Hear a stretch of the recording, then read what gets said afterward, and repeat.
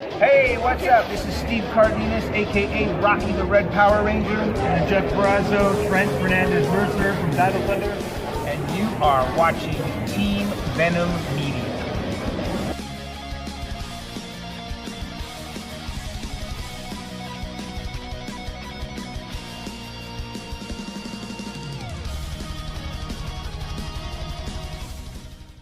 Hello, everybody, and welcome to the latest episode of Team Venom's Power Ranger podcast. I'm your co-host, Rory Bailey, joined by two co-hosts in Paul Baker and Julip, and a very special guest in Steve Andreno. Steve, how's it going? Doing great. Thank you guys for having me on. You're welcome. Before, just the first thing we have to get into is obviously you were Baboo for several seasons of Power Rangers. You started season 2 and went through to Zeo. Is that right? Correct. Yeah, season 2 and season 3. Technically, I did one episode for the very end of season 1, but the footage we shot got cut. And it's just easier to say I was Baboo for all of 2 and 3. And again, to clarify, I was the actual suit actor. So I'm the guy over your shoulder, the guy sitting right here. I did not do the voice because they already had the voice actor for all of season 1. Fair enough. Paul? So, just to give a, I don't know, overview, maybe a little quick rough down, can you kind of walk us through the steps on how you got into that suit and out of that suit? That looks like a pain in the ass. Actually, the suit was the easy part. Outside of the shoes and the head, it's all one piece. So I would go to makeup, sit in makeup for about an hour for them to do the makeup on my face, the light blue and dark blue and the lipstick. And I had a black spandex suit on that I'd put on first. And then when it was time to shoot, they'd have me get in costume. I'd literally, someone would hold it up. I'd step into it, put my arms through the costume and put the shoes on. I was barely able to zip the shoes up myself, and then they would just put the head on. Everything Velcroed in the back except for the shoes, which had the zippers on the inside. So getting in and out of the costume, pretty quick, couple minutes tops. Wow. I would have never thought, because that looks like such a complicated suit. I mean, you got guys like Jim Carrey with the Grinch who had to do, what was that, torture training. I mean, they were doing a lot. He does a lot more prosthetics and stuff on the face. Like I said, mine literally just dropped on. Now, the difference with me in Baboo versus the other monsters, anytime that we would shoot a scene, the last thing to be done would be to put the heads on the monsters. And then they yell action, they yell cut, and either it's back to 1, meaning we're going to go right back to our starting points and run the scene again. Or if we were stopping for any amount of time, it would be cut, pull the heads. Because all the other suits, it's hard to see out of. You really couldn't breathe in them very well. I had the open face. I had makeup. They didn't want to keep taking mine on and off and having to touch up the makeup all the time. So once my head went on, it stayed on until we knew I was going to be not in front of the camera for a while, either break for lunch or very long if they had to rearrange the set or something like that. So I was, once the head went on, I stayed in the head pretty much most of the time. Nice. Julip? Well, what was the process to actually get the role to play the monster? Right place at the right time. I was taking some acting classes in Orange County, California, just south of LA. A woman in my class came in one day and said, "Hey, there's an extra agency I just signed up with. They're looking for actors that can pass as high school kids to be extras in the show. It's called Power Rangers." This was about March, so the show had been on for a few months. And although I had never seen it, I had already heard about it. It was already super popular. Toys were impossible to keep in stock.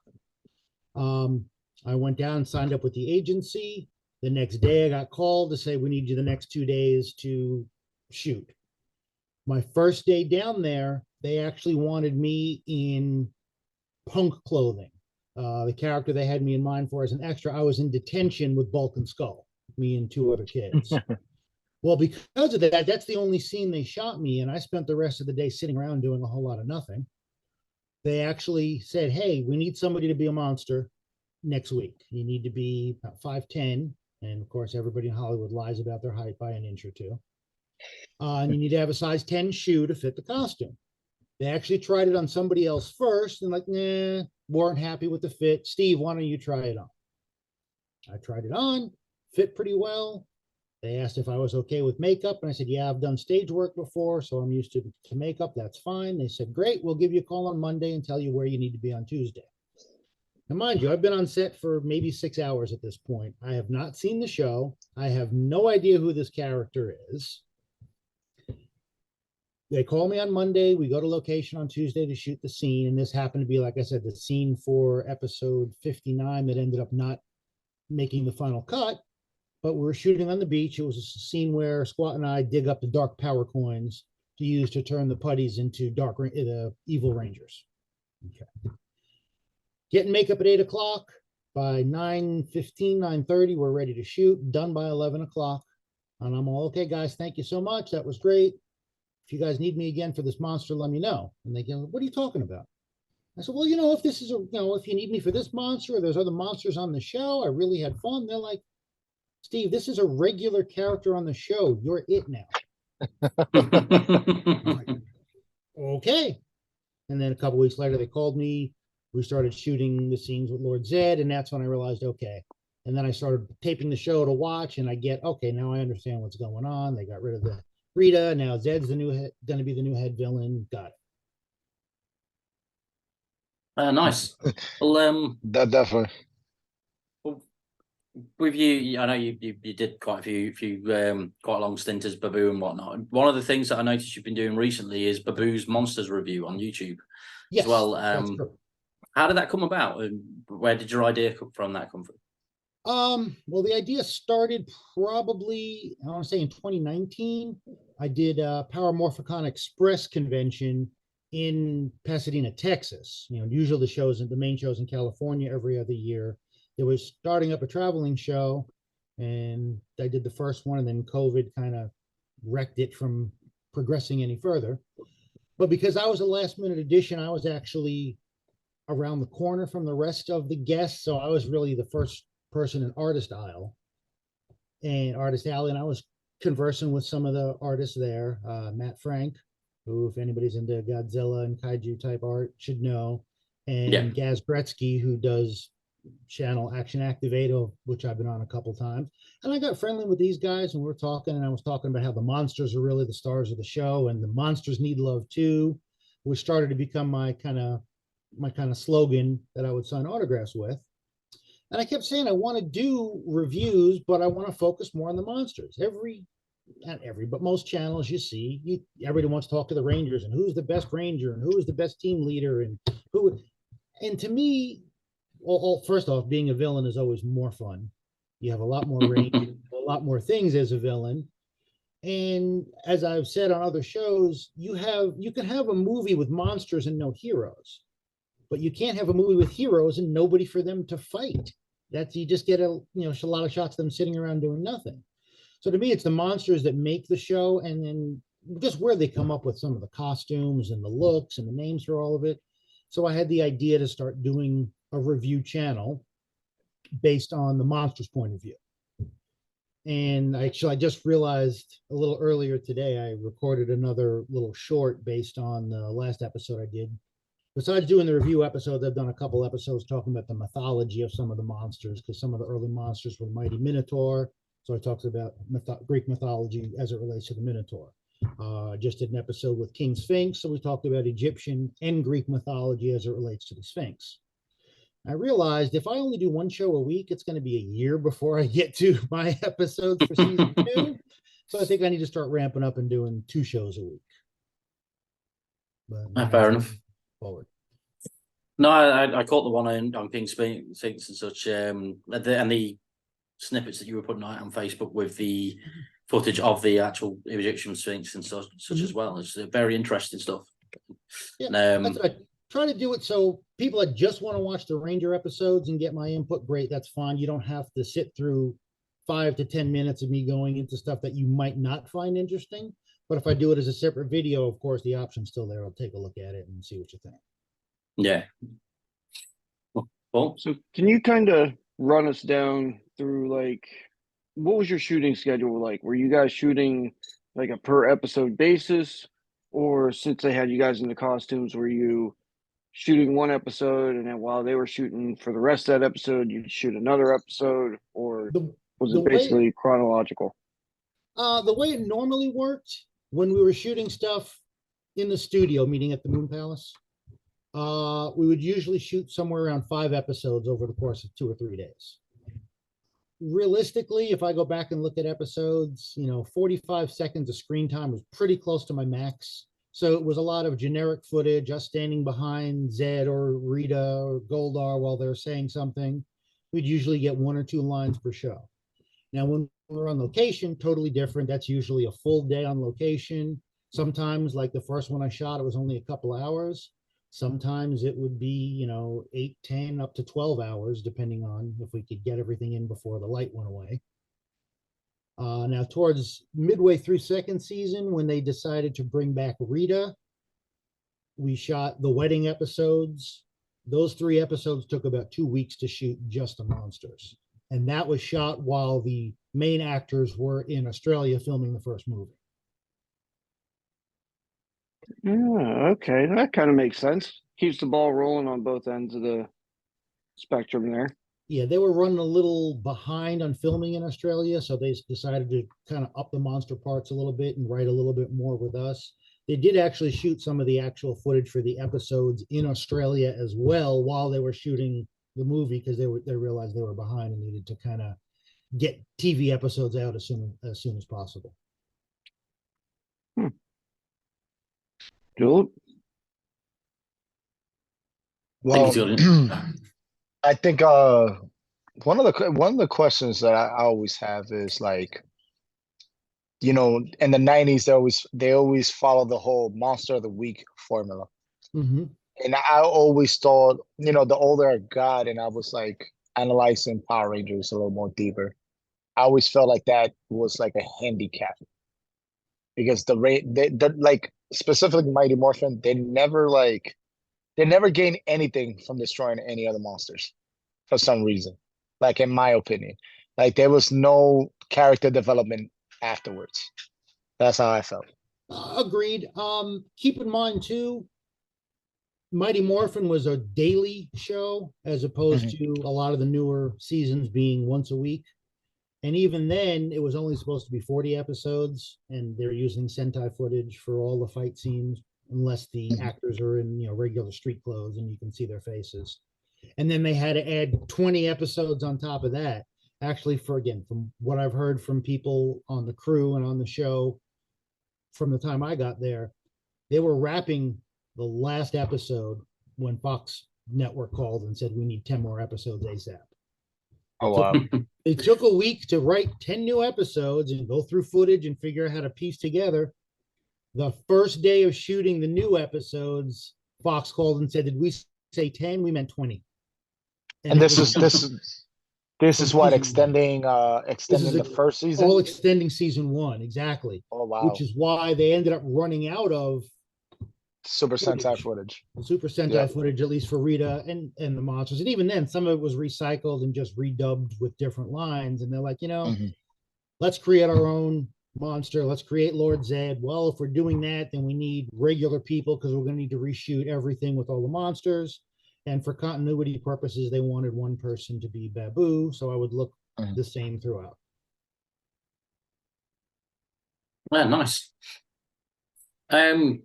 One of the things that I watched recently was I started showing. I've been rewatching Mighty Morphin with my kids, and we've got to the point of Zeo now. And obviously, your characters in the first couple of episodes and such, and then just sort of gradually disappears and such. What was the point where you actually stopped being in the show? Technically, I stopped at the end of season 3 of Mighty Morphin. Okay.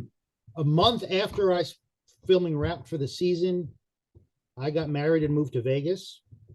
And back in the day, before we had cell phones that worked, nationwide, we had pagers. And pagers were much more localized. My pager would work in LA and Orange County and a little further north, but my pager didn't work when I was in Vegas, and I didn't know that. They actually tried contacting me to be on the show for the couple of episodes of transition. I never got the page. for whatever reason, I never thought to call the studio and say, hey, do you guys still need me? And my thinking was, I know that the character was done. I knew they were changing to a new series. So I just assumed that was it. I was done. So they had to find another gentleman to play Baboo just for those couple episodes to transition. Okay. Now, I noticed a nice, lovely banner you got behind you there. How Yes. active are you on the Comic-Con circuit? Not as active as I would like to be. However, I am going to be at Ranger Stop, which is in Orlando in November. I think it's the 10th through the 12th. I'll be there Saturday and Sunday, the 11th and 12th. Technically, not my first time being there. I went there a few years ago, also 2019, to appear at my artist friend Gaz's booth and also do a panel with them. But it was a one-day in and out, didn't really get a whole lot of advertising. So this is the first time I'm an official guest. And I've got another show coming up locally, about an hour or so from Houston, in Livingston, Texas, in January of next year for Tri-City Comic-Con. I love doing the cons. I love meeting the fans. I love getting to tell stories and talk about myself for hours on end. But no, I like giving people a lot of insight, things that they don't know about the show, answering questions. Although Baboo is the only character I played on the show, technically, although I might have been a putty in the background in one episode, I have gotten into several different monster suits for other events that they wanted monsters at.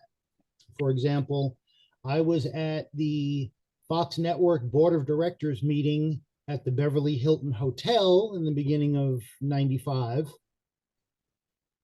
because they wanted to do a slideshow and talk about the financials and talk about doing the movie. And so they wanted me to come in as a monster in costume. And I think I was fighting Flea, according to the paperwork. I mean, the guy hosting the show goes, "Oh no," and he ducks behind the curtain behind him, and he comes back out as Red Ranger and does the "you out of here now or it's going down," and I throw the slide trays up and I run out. So literally in costume for 5 minutes and got paid a full day's pay and got lunch at the Beverly Hilton Hotel for it. Well, that don't suck. No, not at all. Not bad at all. At all. I mean, I had a regular job while I was doing this, an 8 to 5 job, but I got paid more money doing, Baboo for one day than I would for working 8 hours, at my normal job. So it wasn't a tough decision.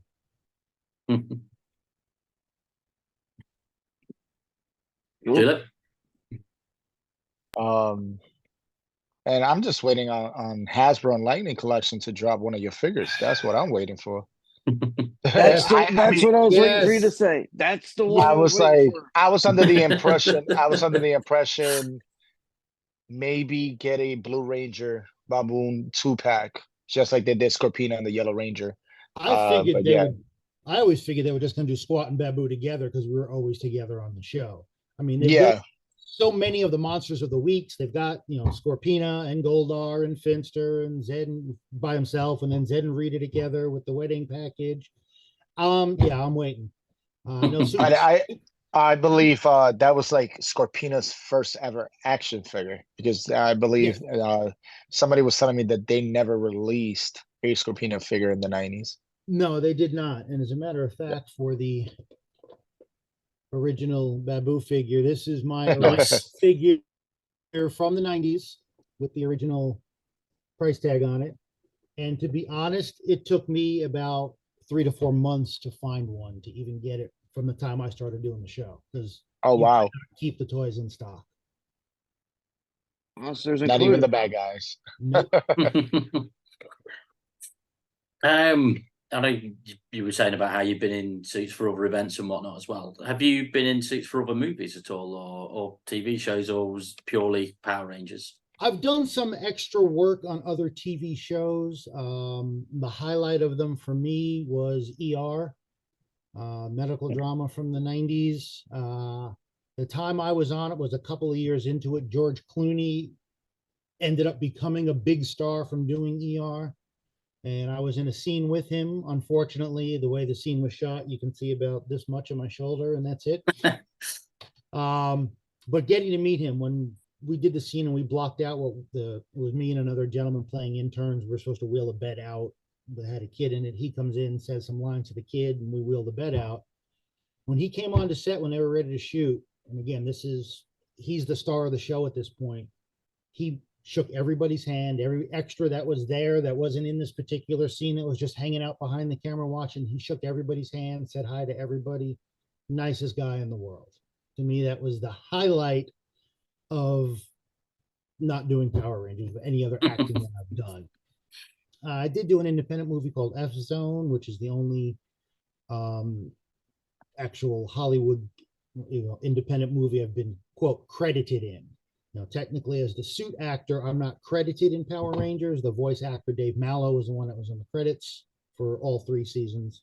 And again, he was there first. That's kind of the way things went. Not like the old Star Wars days when David Prowse was credited as Darth Vader when James Earl Jones did the voice. James Earl Jones didn't get credit till Return of the Jedi. From that point on, it was more focused on the voice actor as opposed to the suit actor. Yeah. Now, did you have to learn the lines? We got what was called sides, which is, if I have one up here still. Yeah. Okay, so you're on set. I usually have to be at set at 5:30 to be in makeup. They wanted to be camera ready to shoot by 7 a.m. We would get handed a little booklet, which would have all the lines for all the scenes we were shooting that day. Now, again, these are not necessarily going to be they're going to be in order that we shoot them, but not necessarily in chronological order for the shows. Okay. Literally, you got the script that morning and you had time to read it before you got in front of the camera. And if you flubbed the line, cut, and let's, back to one, let's run it again real quick. Or if after we got the shot, it's cut, pull the heads, and then they'd reset for a few minutes, change lighting around, or it would be, you know what, we're just on to the next scene. Let's go. So you got the script usually that morning and you shot it whenever that scene was ready to shoot. So yeah, there were plenty of times that we had to go through 3 or 4 or 5 takes. Now the difference there too is, keep in mind, all the other monsters have full face masks, so you can't see their lips move. So technically, if they flub the line, it doesn't matter because it's going to get voiced over anyway. They wanted me to get the lines right because you could see my face through the mask, and they wanted to match my mouth movements as best as they could. That led to Lord Zed being a little more PG, or maybe even closer to PG-13 with some of the lines he would deliver, because again, it didn't matter. And anybody else could laugh in their helmets except for me because you could see my face. The example I give for that is Ed Neal, who was the suit actor for Lord Zed and was actually a stunt person on the show for season 1. Suit was designed specifically for him. He never called Finster by the name Finster. He always used to call him Sphincter. And that's the reaction everybody on set would get. And I have to be there going, don't laugh, don't laugh. They can see it. How much interaction did you have with the original cast? With the original cast, with the Rangers themselves, very little, unfortunately. Baboo, of course, wasn't a fighting monster. I did not need to know martial arts to play my role, thankfully, or I never would have gotten it. But there were a couple of times throughout the seasons we would interact. One of most memorable being for episode Best Man for the Job, when Kimberly and Tommy were both running for class president, and Rita decides that we need to trip them up with this magic rope that turns them against each other. So Squat and I are in the park holding the rope across the sidewalk. As they're walking by, they don't see it. They both trip, and then they start arguing with each other. The one episode where Kimberly was turned into Rita, where she's in the full Rita costume and has the Rita staff, and she starts acting like Rita and yelling at Goldar, and then she goes to turn around and yell at me and Squat. She actually hit me with the staff, which broke over my head. So it was one of those, and oh my God, are you okay? And I'm like, AJ, I've got like 6 inches of foam rubber up here on top of my head. I didn't feel anything. And the staff, although the handle was more solid, the top of the staff, the O on there, it was just styrofoam. So they're like, oh, what are we going to do? How are we going to fix this? We're on location. And the art department literally took 2 toothpicks to stick in the styrofoam, and stick the top back on, and say, "Okay, just don't hit them with it."